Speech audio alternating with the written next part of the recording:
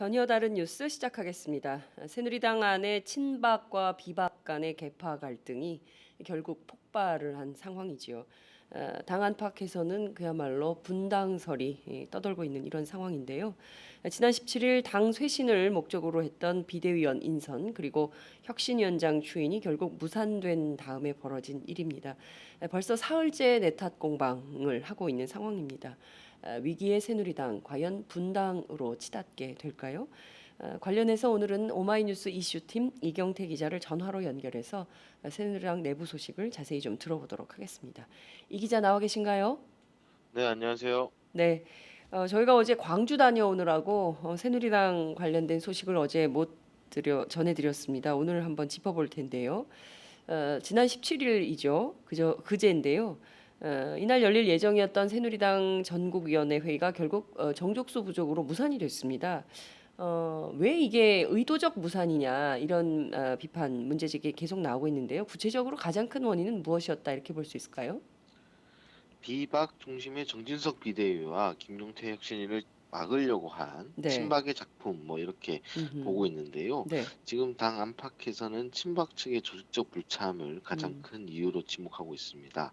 이 부분에 대해서 뭐 친박 측에서는 사실이 아니다 뭐 이렇게 주장하지만 정진석 원내대표는 음. 누군가와 함께 전화 대결을 벌였거든요. 참석을 두고. 네. 이 정원호 대표가 당 실무진의 보고에 따라 전국 위원들에게 참석을 독려하는 전화를 돌린 반면 음흠.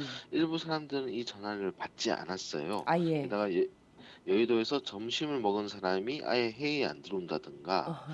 서울역에서 내린 것으로 확인된 사람들이 전화를 끊고 뭐 차가 막힌다 뭐 이런 핑계를 대든가 뭐 이런 네네. 얘기들이 있었는데 대표적으로 지금 이 전국 상임 전국이 사회를 홍문종 의원이 볼 차례였습니다. 이 네. 친박 대표 주자인데 네. 홍문종 의원이 그 정진석 원내대표에게 사의를 보겠다라고 전날에 말했다가 네. 최종적으로 불참 의사를 통보했고 네. 이 때문에 원래는 개인적 일정 때문에 불참을 하려고 했던 정도현 의원이 음. 급하게 와서 사회권을 넘겨받는 예. 이런 상황이 벌어졌죠. 음. 그러니까 어찌됐든 이 친박 쪽의 인사들이 비협조적으로 나오면서 전국 음. 네. 상임 전국위와 네. 전국위원회의 어떤 의결 정족수가 음. 부족해졌다. 뭐 이렇게 볼 수 있을 것 같습니다. 그렇군요. 결국에는 친박의 조직적인 불참 그러니까 인제 "가지 말자." 이런 얘기가 조직적으로 딱 결의가 되면서 이른바 비박계가 주도하는 상임 전국위원회, 전국위원회 자체를 무산시킨 거다. 의도적 무산이다. 이렇게 볼 수밖에 없는 건데요. 정진석 원내대표 어제 그 5.18 기념식에 참여를 했습니다. 그 호남에서 당선된 지역구 의원과 함께 왔는데요. 뭐 새누리당 전체 의원들은 거의 뭐 불참을 한 것이죠. 본인은 좀 그 새누리당 대표로서 참여를 해야 돼서 참여를 한 것이다 이런 입장을 밝히고 있는데 지금 뭐 칩거에 들어갔다 이런 얘기도 나옵니다. 칩거 자체가 무책임한 행동 아니냐 뭐 친박계에서는 그런 비판을 하고 있는데요. 이 자체에 대해서는 좀 어떤 평가가 나옵니까? 일단 뭐 정진석 원내대표 같은 경우에는 좀 이 사안을 판단을 내릴 필요가 있지 않겠습니까? 네. 정진석 원내대표가 그 원내대표 경선 당시에 친박 측의 지원을 통해서 음흠. 당선된 인물입니다. 네. 그래서 이 사실 비대위 구성이나 혁신위원장 인선 전까지만 하더라도 네. 이 범친박의 간주 그런 주류 음. 그 시선에서 네. 그 정진석 원내대표를 바라보게 됐죠. 그러나 음.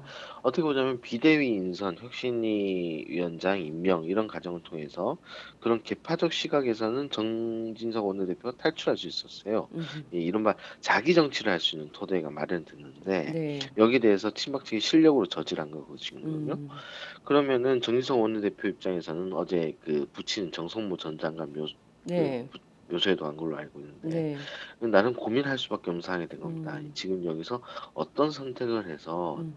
그 개인이 생각했던 바를 음. 밀어붙일 것인가 아니면 음. 절충할 것인가 음. 어떤 정치적 기로에 서 있다라고 볼 수 있죠. 음. 그러나 뭐 그 어제 정진석 원내대표가 그 5.18 음. 기념식에 새누리당 대표로서 가야 하기 네네. 때문에 나는 왔다. 그리고 그러니까요.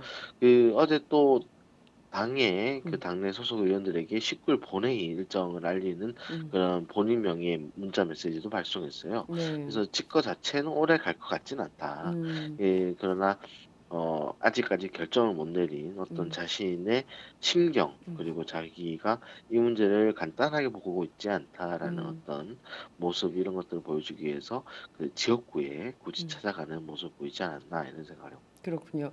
오늘 오전 10시에 국회 19대 마지막 본회의가 예정이 돼 있습니다. 그래서 이 본회의에 뭐 본인은 참석을 못하지만 그래도 다른 의원들에게 참석해달라는 문자를 보냈기 때문에 뭐 국회에 오늘 올까 말까 뭐 이런 것도 좀 얘기가 좀 나오는 것 같은데 어떻게 보세요?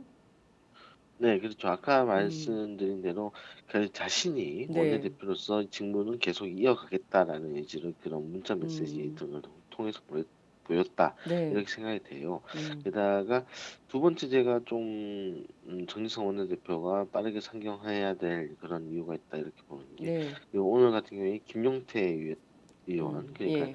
혁신위원장 사의를 표명한 김용태 의원이 오늘쯤에 뭔가 중대 계획을 발표할 수도 있다, 이런 네. 얘기들이 음. 여의도에서 나돌고 있거든요. 그렇기 네네. 때문에 이런 것들을 봤을 때 정진석 원내대표도 현장에 있어야 되지 않나, 뭐 이런 음흠. 생각이 좀 들어요. 그러니까 음. 뭔가 벌어지는 상황들을 계속 봐야 되는 상황이기 때문에 네. 정 원내대표가 치과가 그리 길진 않을 것이다, 이런 생각을 좀 음. 해봅니다. 그렇군요. 어제 저희도 이제 김용태 의원하고 통화를 해봤더니 조만간 작금의 사태와 관련된 입장 그리고 향후 계획에 대해서 어, 얘기하겠다 이런 입장을 밝혔습니다. 탈당은 없다 이제 이런 입장을 밝혀서 이를테면 뭐 그 얘기는 뭐 잠시 뒤에 더 나누겠지만 본인을 포함한 이른바 비박계의 탈당은 없다 이제 이런 주장을 강력하게 하고 있는 걸로 보입니다. 말씀하신 내용을 좀 다시 한 걸음 더 들어가 보도록 하죠. 전국위원회가 이렇게 무산됐기 때문에 앞으로 새누리당 지도부는 어떻게 구성되는 것이냐 이런 구조 문제에 대해서도 관심을 갖는 분들이 많은데요. 당분간은 지도부가 어떻게 가는 건가요? 기존의 지도부가 계속 가는 겁니까? 어떻게 되는 겁니까?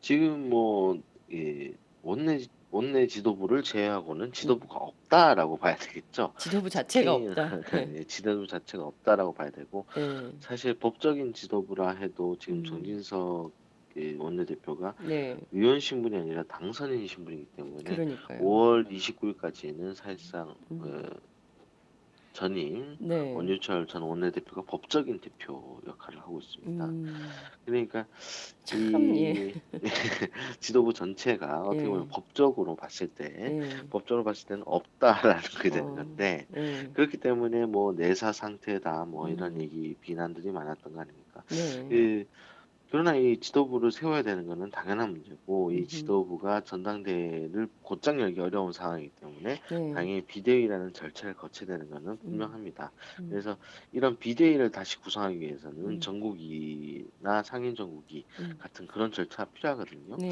그렇기 때문에 이 전국위를 다시 열 것인데, 네, 이 전국위 열기 전에 음, 뭐 당선인 총회를 한 번 더 열 것이냐, 네, 그리고 아니면은 뭐 중진끼리 한번 다시 모여서 음, 이 사태를 어떻게 할 건지 해법을 음, 마련해 볼 것이냐, 뭐 음, 이런 단계별 스텝들이 좀 음, 놓였다, 이렇게 음, 보이는 거고요. 네, 이런 과정들은 뭐 아무래도 음, 19대 국회가 마무리되기 전에 음, 어떤 가닥을 잡지 않을까 싶네요. 그렇군요. 갑자기 원유철 원내대표, 김무성 대표는 요새 어떻게 지내는지 갑자기 급 궁금해지는 상황입니다. 당이 정말 그 어디로 가는 거냐, 정말 부표처럼 떠다니는 새누리당 상황 계속 보고 있는 것인데요. 일각에서는 조기 전당대회를 차라리 여는 게 낫다 이런 주장도 나옵니다. 이 가능성은 좀 어떻게 보세요? 이게 홍문종 의원이 주장한 그렇죠. 것인데요. 예. 그러니까 차라리 이 당에서 지금 정진석 원내대표의 리더십도 상당히 상처를 받은 상황이고 하다 보니 네. 아예 새 지도부를 빨리 세우자라는 음. 건데, 이게 뭐 사실 그 순수성을 인정받기가 어렵죠. 음. 홍- 당장 홍문종 의원 같은 경우가 당권 도전 의사를 밝힌 바 있고, 네. 이 당권에 도전한 사람들이 어떤 지금 현재 뭐 표 계산에 따라서 네. 이해관계가 걸린 일이거든요. 그러다 네. 보니까 당장 이게 조기 전대를 열어야 되겠다, 뭐 이런 식으로 음. 해서 진행될 리는 좀 만무하지 않나, 이런 음. 생각을 해봅니다. 그렇군요. 이제 홍문종 의원의 경우에는 뭐 지금 정진석 원내대표 흔들기에 가장 적극적으로 나서는 중진 의원으로 보이는데 리더십을 평가받은 거다 이번에 이제 이런 주장을 하고 있는데 그 김태흠 의원 같은 경우에는 아예 대놓고 항복하든지 아니면 나가라. 그러니까 그만두라는 거 아니에요? 지금 정진석 원내대표를 네네. 그 친박의 이런 흔들기는 또 어느 정도까? 그러니까 아예 정말 여기서 그만두라는 건지 아니면 전진석 원내대표를 이를테면은 그 본인들의 하명을 받아서 움직일 수 있는 리더로 대표로 만들려고 하는 건지 길들이기 차원인 건지 아니면 정말 그만두라는 건지 친박의 본심은 어디 있다고 보세요? 아무래도 길들이기 차원 아닐까 싶어요. 사실 음, 뭐 그 사퇴 주장까지 나온 부분은 네, 그 김태형 의원밖에 주장을 하지 않았어요. 어제 뭐 음, 사실 홍문정 의원이나 이장우 의원이나 뭐 네, 김태형 의원까지 포함해서 네, 상당히 많은 친박 인사들이 라디오 인터뷰에 예, 나왔지만 네, 사태까지 얘기한 인사는 김태형 의원밖에 없습니다. 그러니까요. 이뭐 그러다 보니 이 전반적으로 봤을 때는 그 정진석 원내대표가 비대위 음, 인선을 이렇게 비박 중심으로 꾸리고 혁신위원장을 김용태 의원을 내정하면서 이제 네, 자기들이 그렸던 어떤 원내대표 음흠, 거기서 벗어나는 모습을 보였거든요. 그러다 네, 보니까 이걸 어떻게 수습해야 된다라는 생각을 한 음, 거고 실제로 보면은 그 청와대의 지시는 전혀 없었다라고 친박 인사들이 말을 하지만 네, 그 뭐 최경환 의원이나 서청원 의원 얘기가 종종 나와요. 그 비대위 음, 인선 이후에 서청원 의원이 그 정의성 원내대표에게 전화를 걸어 네, 엄청나게 화를 냈다. 뭐 이런 얘기가 네, 있었고 최경환 의원 같은 경우에도 친박계 의원들에게 전화를 걸어서 그 정진석이 사고를 쳤다. 빨리 수습해야 된다. 뭐 이런 얘기를 했다라는 지금 이야기가 나오거든요. 예, 그런 걸 보면은 이 사실 친박 입장에서는 정의성 원내대표를 통해서 한 단계 자숙을 하고 음, 전당대회에서 당권을 장악하는 음, 그런 로드맵을 그리고 있었는데 네, 비박 중심의 비대위에 김용태 혁신위가 들어오니 음, 자숙을 하다가 아예 이선으로 밀려날 수도 있는 음, 가능성이 생긴 것 이런 네, 것들을 음, 굉장히 불편하게 받아들인 거죠. 그래서 음, 실력 행사가 그 지난 월요일부터 네, 계속 이어졌다. 그리고 음, 17일에 그것이 폭발해서 음, 결정을 이뤘다. 뭐 이렇게 보는 게 맞지 않을까 음. 이런 생각이 듭니다. 네, 참 정말 그 이게 참 계파 싸움이 어느 정도까지 가면 이런 그 일테면은 이게 뭐라 그래야 됩니까? 마치 무슨 조직 폭력배들이 그 편 나눠서 싸우는 것처럼 우리 말 안 들으면 그냥 막 끌어내리고 뭐 이런 방식으로 하는 그러니까 결과적으로 정진석 원내대표가 본인의 판단으로 정치할 수 없도록 우리 말 듣는 그냥 이렇게 만드는 방법에 과연 정진석 원내대표가 어떻게 화답할지 그것도 굉장히 이제 주목되는 바인데요.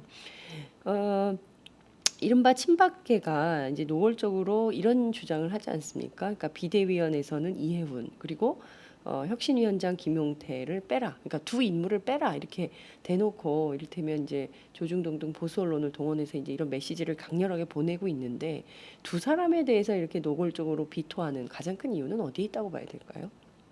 뭐 다만 두 사람은 아니죠. 이 음, 김용태 네, 의원 혁신위원장, 이해훈 의원이 포함해서 네, 그 김영우 비대위원회 인선된 음, 김영우 그리고 네, 당직의 홍문표 네, 이 의원들을 이제 음, 비대위원회 되는데 이 네, 분들도 빼라 이런 얘기를 하고 있어요. 예를 음, 들어서 그 일단은 김용태 의원 같은 경우에는 이재호, 정두현 의원이랑 좀 친분이 깊고 또 그렇죠. 항상 그 박근혜 정부 출범 후에도 쓴소리를 해왔던 인사입니다. 네, 이해운 의원 같은 경우에는 친유승계로 분류가 돼 있고 네, 원조 친박이지만 사실상 이 어떤 박근혜 정부에 대해서 음, 쓴소리를 하는 원박 입장이 되어버리는 상황이죠. 네, 그리고 김영우, 홍문표 비대위원 같은 경우에는 이 김무성 체제에 임명됐던 당직자들이라는 겁니다. 그러니까 네, 어떻게 보면은 김무성 대표 체제가 총선 패배 책임이 있는데도 네, 그 이 사람들이 비대위원이 됐다라는 음, 자체가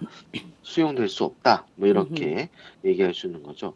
이 친박계는 이들을 지금 비대위원, 혁신위원장으로 한 것 자체가 네, 그 앞으로 당의 음, 하합에 음, 저해가 된다. 뭐 이런 음, 주장을 하고 있어요. 그렇군요. 당의 화합에 저해가 된다 이런 주장을 친박계가 하고 있으면서 특히 이제 제일 앞에 나서서 주장하는 사람이 바로 김태흠 의원인데요. 이분이 뭐 과거에는 공천권 때문에 그렇다 뭐 이런 주장을 했는데 정말 노골적인 친박으로서 어찌 보면은 이른바 뭐 홍위병 비슷하게 활동하고 있는 거 아니냐 이런 비판도 일각에선 나오던데 절이 싫으면 중이 떠나야 되는 거 아니냐 이른바 이제 그 비박계 나가라 당을 뭐 이런 주장도 하고 있는 걸로 보이는데 이런 단계까지 이르르면 결국 뭐 헤어질 수밖에 없는 거 아니냐 이런 주장도 나오는데 과연 근데 당내에서 김태흠 의원이 차지하고 있는 위치가 어느 정도고 이분의 발언에 따라서 실제로 그런 영향력이 있는 것인지 이것도 좀 가늠해 봐야 될 것 같아요. 네, 그렇습니다. 예, 일단 어떻게 보자면 이런 얘기를 노골적으로 한 것 네. 자체가 심리적 분당 상태에 빠져 있다. 음흠. 친박과 비박이. 네. 그렇게 얘기를 할 수 있을 것 같아요. 그러나 음. 김태흠 의원의 캐릭터는 어떻게 보면 김태흠 의원은 지금 재선입니다. 그러니까요. 그러니까 19대 의원 초선이었고 김태훈 의원과 이장우 의원은 음. 지난 19대 국회에서도 네. 지금도 19대 국회지만 그러니까요. 며칠 안 그 친, 남았습니다만. 네, 며칠 안 예, 예. 남았지만 그 친박계 초선들의 어떤 공격수로 그렇죠. 예. 역할을 부여받은 부분이 있어요. 그래서 음. 이 항상 발언이 좀 거칠고 좀 셌죠. 거칠고 네. 셌던 것이고 예. 이렇게 윽박 지른다고 해서 뭐 당 자체가 좋아지는 건 없죠. 음흠. 솔직히 뭐 122석의 당이 음. 쪼개진다면 음. 지금 뭐 친박 다 긁어 모아서 한 80석 정도 네. 모을 수 있겠지만 네. 이 지금 뭐 원내 2당이 더 음. 크게 쪼그라드는 네, 상황 네. 아닙니까? 게다가 음. 뭐 갑자기 또 국민의당 원내 3당이 남은 이삭줍기를 해서 네. 자기들 앞서 나갈 수 있는 경우도 되고요. 음. 이런 것들은 새누리당이 원하지 않는 거거든요. 음. 당연히 뭐 분당 사태로 치닫기 전에 네. 어떤 절충안 뭐 이렇게 협의안, 음. 화해안 뭐 이렇게 나올 것 같은데 음. 현재 비박계에서 딱히 쓸 수 있는 카드가 없어요. 이런 지금 친박의 음. 윽박지름에 네. 이런 것 때문에 사실 누군가가 좀 판을 좀 긍정적으로 만들어 준다면 음흠. 실제로 탈당, 음. 여당발 정기 개편 음. 뭐 이런 것들도 가능하겠다 이런 게 지금 예도 안팎에서 나도는 거죠. 그렇군요. 그러니까 우선 하나만 짚고 넘어갈게. 이제 그 19대 때는 트리오가 있었잖아요. 김태흠, 이장우, 김진태. 이게 그 초선 3인방이 정말 말씀하신 대로 최전방 공격수로 이렇게 활동을 했었는데 김진태 의원은 이번에는 조금 주춤한 모양새인데 김태흠 의원이 오히려 더 적극적으로 이런 문제 제기를 하고 있는 모습을 볼 때 좀 뭐 어떤 차이가 있는 거냐 이것도 좀 궁금하더라고요. 김진태와 김태흠 의원 두 의원의 활약, 활동 뭐 이런 거에 비교도 좀 되던데 그건 좀 어떻게 보세요? 뭐 정확하게 분석하기 좀 힘든데 네, 지금 김태형 의원이 앞장섰다 뭐 이런 음, 부분들 이게 사실 충청권이거든요. 네, 그렇죠. 그러니까 김태흠 김태형 의원. 의원과 이장우 의원이 충청권이에요. 네, 이장우 의원은 이제 대전이죠, 대전. 네, 네, 그렇습니다. 그렇다 예, 보니까 어떻게 보면 지금 현재 이 당이 네, TK와 PK 충청권 뭐 이런 식으로 음, 지금 돼 있다라고 음, 보면 강원권은 사실 마이너하다라는 거죠. 네, 충청권이 특히나 음, 앞으로의 어떤 국면에서 굉장히 중요한 역할을 해야 돼요. 네, 게다가 정지석 원내대표 같은 경우는 충청권입니다. 네, 그러다 보니까 이 충청권에서 만약 정지석 원내대표에 대해서 음, 지켜주겠다 이런 생각을 하게 된다면은 네, 김태형 의원이 조용히 있어야 됩니다. 음, 여기에 대해서 뭐 어떤 얘기를 할 수가 없는 거죠. 음, 그렇지만 김태흠 의원이 나서면서 어떻게 보면 충청권 다른 의원들이 음, 저기가 바로 친박의 입장이고 충청권이 저렇게 따라가도 되겠구나 라는 음, 어떤 줄이 만들어질 수 있다는 거죠. 네, 그런 가이드라인 이런 걸 좀 음, 감안한 거 아닐까. 음, 그다음 뭐 후문으로는 네. 정진석 원내대표가 원내 수석 부대표로 김태흠 의원을 추천받았다고 해요. 아, 그래요? 예. 네네. 그런데 이 사실 전성 원내대표가 김태흠 의원에게도 긍정적 사인을 보내다가 사실 김도읍으로 턴을 하지 않았습니까? 그렇죠. 그런 과정들을 봤을 때 음, 김태흠 의원이 개인적으로 봤을 때도 전성 원내대표에게 어떤 음, 선을 긋게 되는 상황이 됐을 음, 것이다. 음, 뭐 이런 생각이 좀 들어요. 네.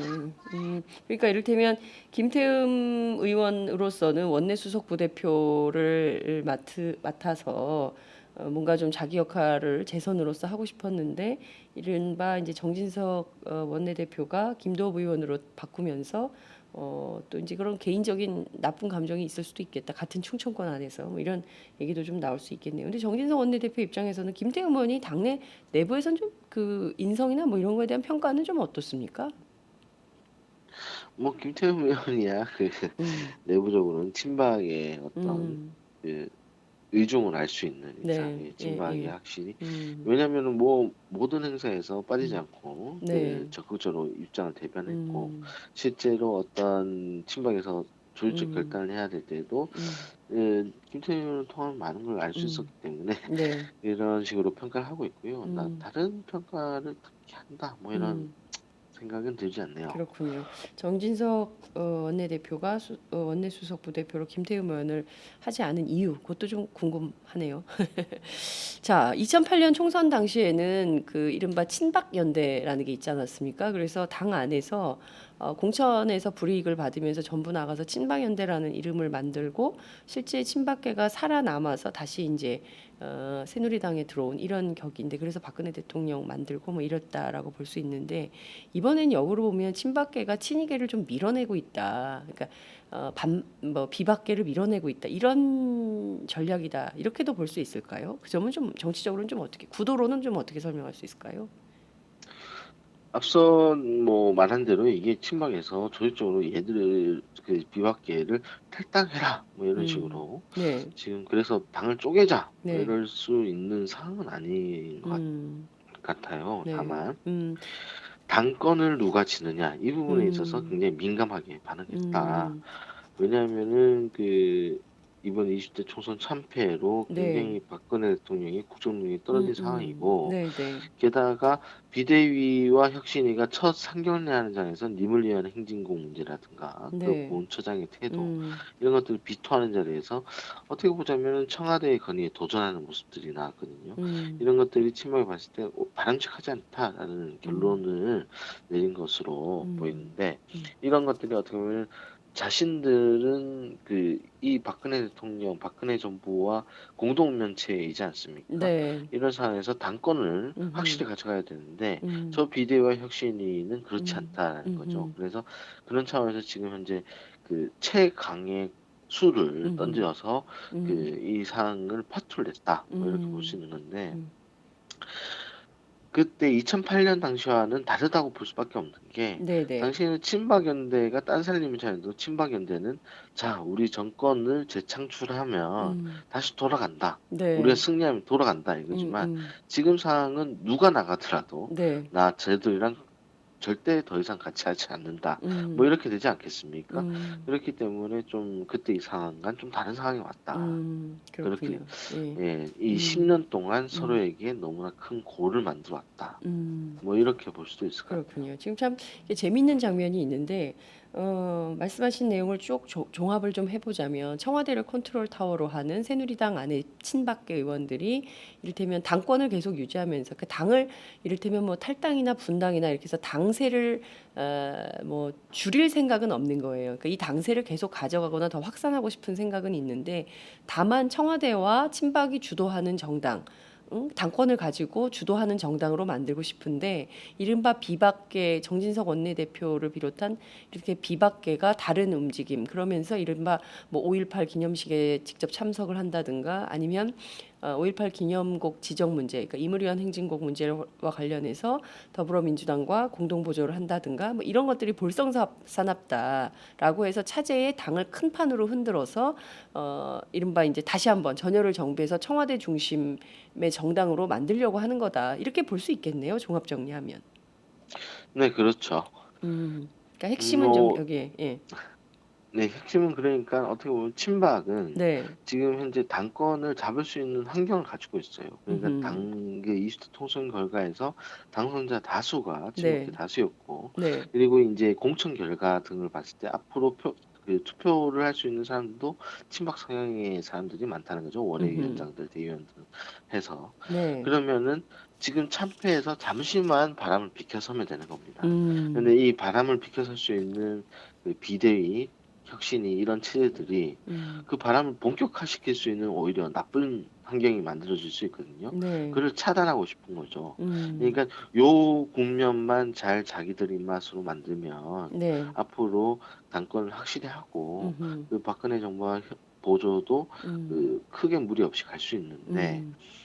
지금 상황이 정진석 원내대표가 어렵게 만든다. 이런 음. 것들을 좀 빨리 차단시켜야 되겠다. 아, 이런 것들, 그렇군요. 이런 움직임들이 좀 음. 노골화된 것들, 음. 이런 것이 문제가 아닌가, 이런 그렇군요. 생각이 좀 들어요. 예. 예. 이젠 좀 저희 청취자들께서 분명하게 구분을 할 수 있을 것 같습니다. 그러니까 친박 입장에서는 당권을 장악해서 자기들 마음대로 좀 이렇게 당을 요리하고 청와대와 보조를 맞추고 호흡을 맞추는 그런 정당을 하고 싶은데 이른바 정진석 원내대표가 어긋나자 이제 그거를 다시 큰 판으로 흔들어서 그렇게 하지 못하도록 만드는 이제 여기까지 왔는데요. 친박은 그런 입장인데 그렇다면 비박은 어떤 것이냐. 이제 비박계 얘기를 좀 해봐야 될 것 같은데요. 김용태 위원장 뭐 사퇴하겠다고 입장은 밝혔지만 김용태 위원장이 오늘 좀 어떤 취지의 중대 결단을 발표하게 될 거라고 전망이 좀 나오고 있습니까? 일단은 그 앞서 그 답장에도 알린 바와 같이 네. 탈당은 없다라고 얘기를 음. 했는데 음. 김은태 의원이 어떤 수를 내놓을지가 너무 좀 음. 감이 잡히지 않아요. 사실 기자들 아. 사이에서는 네. 과연 비박계가 지금 쓸 수 있는 카드가 뭐냐. 음. 사실 뭐 자기들이 잡고 있는 어떤 당직이 있는 것도 아니고 네.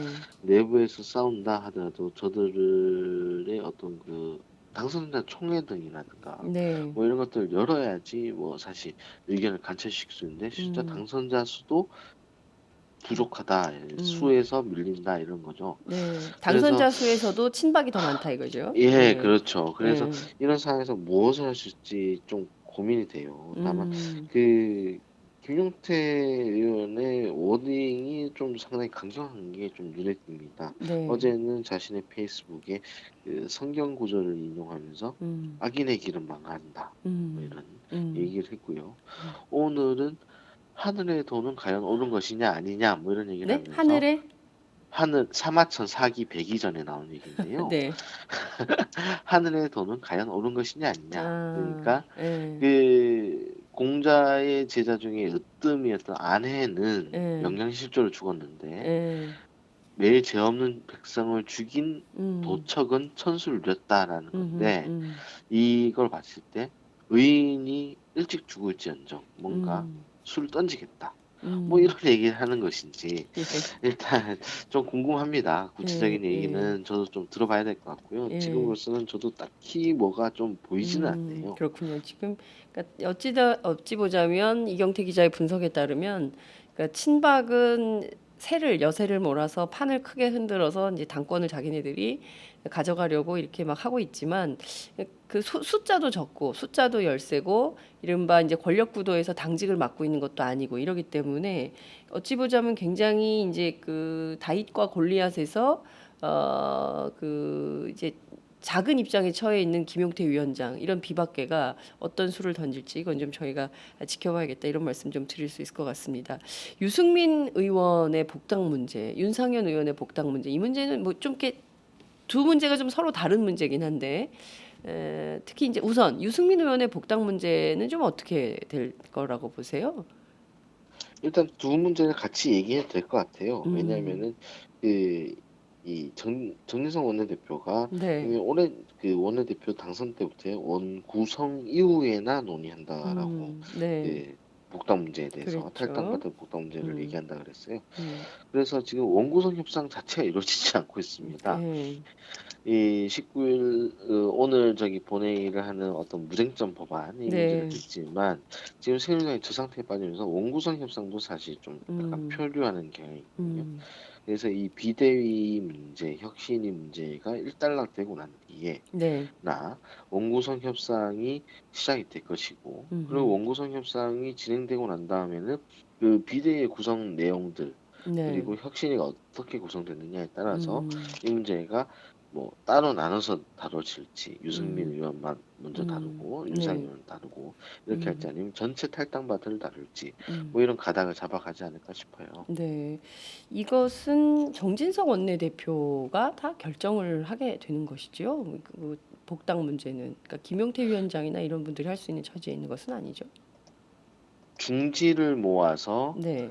그 결정을 하겠다라는 게 이미 음. 원내대표의 입장이고요. 그 음. 중지를 모으는 과정이 네. 앞서 얘기했던 비대위, 음음. 혁신위 네. 아니면은 그 의원총회 뭐 이런 네. 문제가 되겠죠. 음. 그러면은 그 앞서 말씀드린 대로 비대위가 어떻게 구성되느냐, 네. 혁신위가 어떻게 구성되느냐, 네. 의원총회가 그래서 그 임시 지도부, 비상 네. 지도부의 네. 역할에 의견에 음. 어떻게 동의하느냐 이런 음음. 식으로 따르게 될 텐데 네. 그 친박 측에서 지금 현재 비대위라든가 이런 걸 무산시켰던 가장 큰 이유 중 하나도 바로 유승민 음.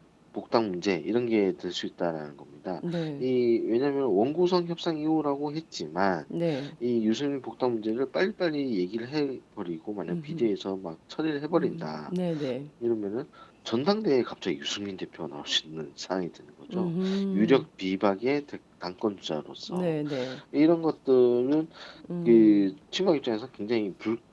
받아들이기 힘든 상황인 겁니다. 네. 그래서 이 사실 뭐 여러 가지 좀 복잡한 음. 함수가 있긴 음음. 한데 네네. 이런 것들을 가지고 음. 이 복당 문제 때문에 음. 논의를 계속 미루고 있는 음. 상황인 거죠. 그렇군요. 뭐 저희들 입장에서 보자면 그 유승민 전 원내대표가 딱히 그렇게 막 뭐 그렇게 뭐 문제적 정치 행위를 했냐 이런 상식적 판단을 해 보게 되는데 친박 안에는 이른바 유승민 의원에 대한 뼛속 깊은 비토가 있다. 이런 이제 언론 보도가 나오고 있더라고요. 그러니까 어찌 보면 유승민 전 원내대표의 경우도 박근혜 대통령 그러니까 그 한나라당 대표 시절에 비서실장을 할 정도로 원조 친박이다 이렇게 볼 수도 있는 거잖아요. 그럼에도 불구하고 왜 유승민이라는 개인 정치인에 대한 그 비토가 뼛속까지 있는 것인지 친박 안에 이런 것도 좀 궁금해요. 도대체 그 왜 싫어하는 거냐? 이제 그 본질적 이유가 뭐냐? 뭐 그 국회 연설에서 헌법 1조를 얘기했기 때문이냐? 그게 뭐 문제가 되냐? 이런 판단을 하게 되거든요. 상식적으로는. 이경태 기자가 보기엔 좀 어떻습니까? 어, 제가 봤을 때는 이 유승민 의원은 어떻게 보자면 네. 친박계의 시선에서 보자면 친박계가 사실 가장 뼛속 깊은 거부감을 드러내는 거는 자기 정치예요. 아. 자기가 어떤 입지를 차지하기 위해서 음. 그 박 대통령의 뒤통수를 치는 정치를 싫어한다. 어. 이렇게 정리하면 될 것 아 같아요. 그래요. 그게 왜냐하면 네. 이렇게 가면 됩니다. 그러니까 음. 유승민 의원 전에는 김무성 대표가 있지 않습니까? 김무성 네네. 대표가 네. 친박의 자장이라고 그러고 뭐 음음. 그런 그러던 입장에서 네. 그 이명박 정부 당시에 그 한나라당의 원내대표로 합의 추대되는 그런 음음. 케이스를 받으면서 네. 박근혜 대통령한테 버림받죠. 음. 그러니까 박근혜 대통령이 당시 볼 때는 김무성 대표가 자기 정치를 하기 위해서 네. 계파를 벗어났다라고 계파의 어떤 음. 지침을 벗어났다. 음음. 지금은 대결해야 된다. 원내대표의 경선을 통해서 저기 네. 친이계라 음음. 그러지 않고 합의 추대를 통한 어떤 음. 하합으로 음. 위에 어떤 친이계의 수에 네. 들어갔다라고 생각을 한 겁니다. 네. 그 반면 그 저기 지금 현재 인천시장 유정복 네. 인천시장 유정복 인천시장 같은 경우에 음. 그 친박 인사임에도 불구하고 이명박 정부에서 장관으로 막 밀어넣었어요. 네. 근데 이 양반에 대해서는 별다른 말을 하지 않거든요. 그러네요. 그러니까 유승민 대표처럼 네. 김무성, 뭐 음. 이해훈 등 원조 음. 친박이지만 예. 이들은 박근혜 대통령이 유지하는 질서에서 벗어난 자기 정치를 하려는 사람들이다. 이런 규정이 있는 거죠. 네. 그러다 보니까 이 자기 정치를 확실하게 하고 어떤 음. 캐릭터를 드러내는 순간에 음. 거부를 하는 상황이고요. 음. 실제로 유승민 원내대표는 비서실장 할 때도 유일하게 그 문고리 3인방을 네. 굉장히 거리를 음. 두고 네. 그리고 박근혜 대통령이 쓴소리를 한 네. 인물로 돼 있어요. 지금 현재 음. 비서실장 여러 명을 했지만 네. 그 박근혜 대통령을 다루는 방식에서 최경환 의원과 네. 유승민 대표가 달랐다라는 게 음. 거기서 나오는 겁니다. 음. 최경환 의원은 할 만하지만 그걸 굉장히 유도리 있게 음. 기분 나쁘지 않게 전달하는데 음. 능했다라고 하고요. 음. 유승민 의원은 그 얘기를 필요하다면 언제 어디서든 했다라는 음. 겁니다. 음. 그러니까 이런 캐릭터 차이도 있지만 네. 실제로 제가 앞서 얘기했던 자기 정치 이런 음. 것들이 그런 거부감들을 구체화시킨 거 아닐까라는 음. 생각을 해 봐요. 그렇군요. 참 이게 그 얘기를 들어보니까 꼭 무슨 역사 사극을 한 편의 사극을 한번 쫙 보는 것 같은 느낌도 좀 듭니다. 역사가 이번 이런 친박 비박 사태를 어떻게 기록할지 그것도 갑자기 궁금해지는데요. 그에 앞서서 그 정의화 국회의장 있지 않습니까? 이제 그 탈당한 이유, 그러니까 그 의장이 되면 이 당적을 잃게 되는데 새누리당으로 다시 돌아가고 싶은 생각이 없다. 이제 이런 얘기를 해서 화제가 되기도 했는데 10월 창당 가능성을 내비쳤습니다. 새로운 정계 개편 가능성도 있다. 이런 주장 보도 계속 나오고 있는데요.